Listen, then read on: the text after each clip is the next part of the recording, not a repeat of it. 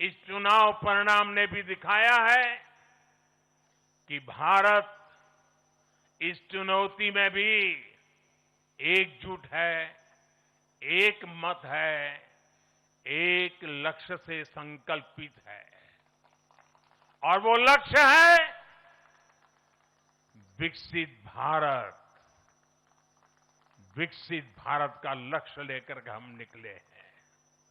साथियों, विकसित भारत के संकल्प की सिद्धि में पूर्वोदय का बहुत बड़ा महत्व है।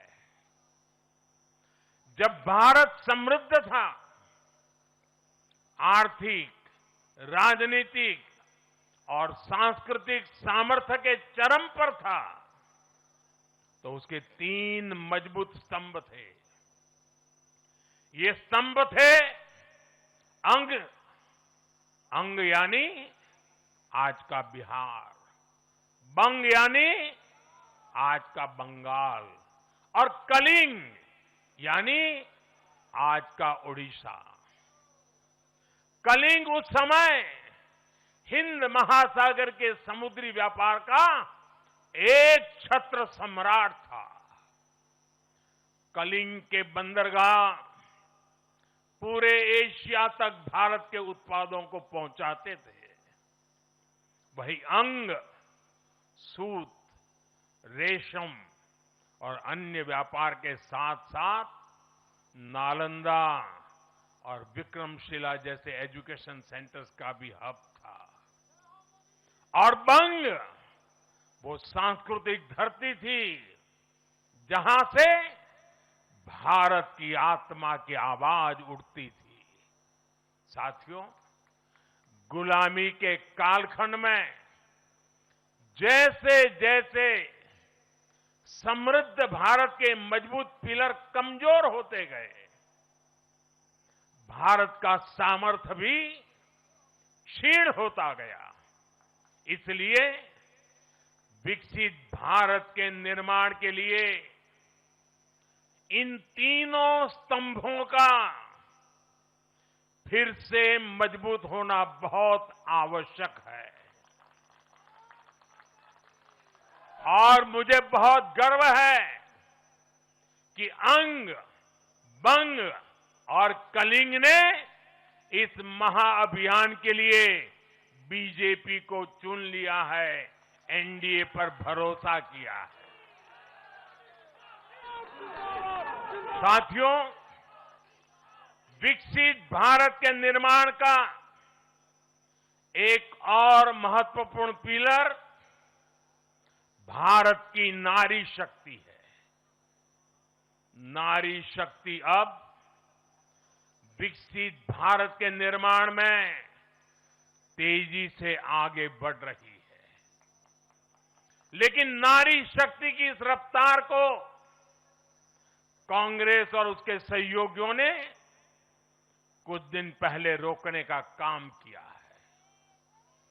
इन नारी विरोधी दलों ने संसद में नारी शक्ति वंदन संशोधन को पास नहीं होने दिया और इसलिए मैंने कुछ दिन पहले कहा भी था कि महिलाओं के आरक्षण का विरोध करने वाले ऐसे दलों को महिलाओं का आक्रोश झेलना पड़ेगा।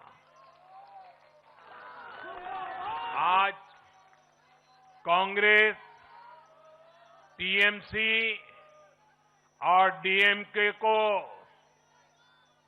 बहनों बेटियों ने सजा दी है। केरल में लेफ्ट के 10 सालों के कुशासन का फायदा कांग्रेस को जरूर मिला है, लेकिन मुझे विश्वास है केरल की बहनें भी अगले चुनावों में कांग्रेस को जरूर सबक सिखाएगी। साथियों, जिस समाजवादी पार्टी ने संसद में महिला आरक्षण को रोका है, उसे भी यूपी की महिलाओं का आक्रोश सहना पड़ेगा। महिला विरोधी समाजवादी पार्टी कुछ भी करके अपने पाप को कभी धुल नहीं पाएगी। साथियों, आज हम भारत की राजनीति में एक और बड़ा बदलाव देख रहे हैं। आज पूरे देश में एक भी राज्य ऐसा नहीं है जहां कम्युनिस्ट पार्टी की सरकार हो।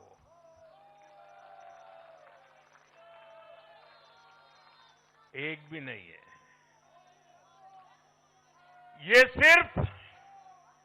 ये सिर्फ सियासत का बदलाव नहीं है, ये सोच का बदलाव है। ये बताता है कि विकसित होता हुआ भारत किस दिशा में आगे बढ़ना चाहता है। आज का भारत अवसर चाहता है, विकास चाहता है, विश्वास चाहता है। आज का भारत प्रगति चाहता है, स्थिरता चाहता है। और आज का भारत ऐसी राजनीति चाहता है जो देश को आगे बढ़ाए। लेकिन साथियों, दुर्भाग्य से आज की कांग्रेस बिल्कुल विपरीत दिशा में चल पड़ी है।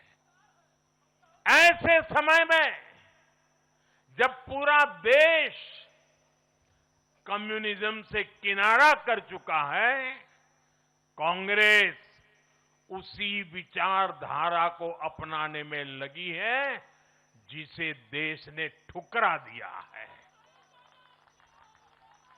जो माओवाद जंगलों में समाप्त हो रहा है, वो अब कांग्रेस में अपनी जड़ें मजबूत कर चुका है। और इसलिए कांग्रेस अर्बन नक्सलियों का गिरोह बनती जा रही है। कांग्रेस को एक बात नहीं भूलनी चाहिए, जिस विचार को जनता ने ठुकराया उसे जो अपनाएगा जनता उसे भी ठुकराएगी। अब से डीडी फ्री डिश की चैनल नंबर 57 पर देखिए न्यूज नेशन।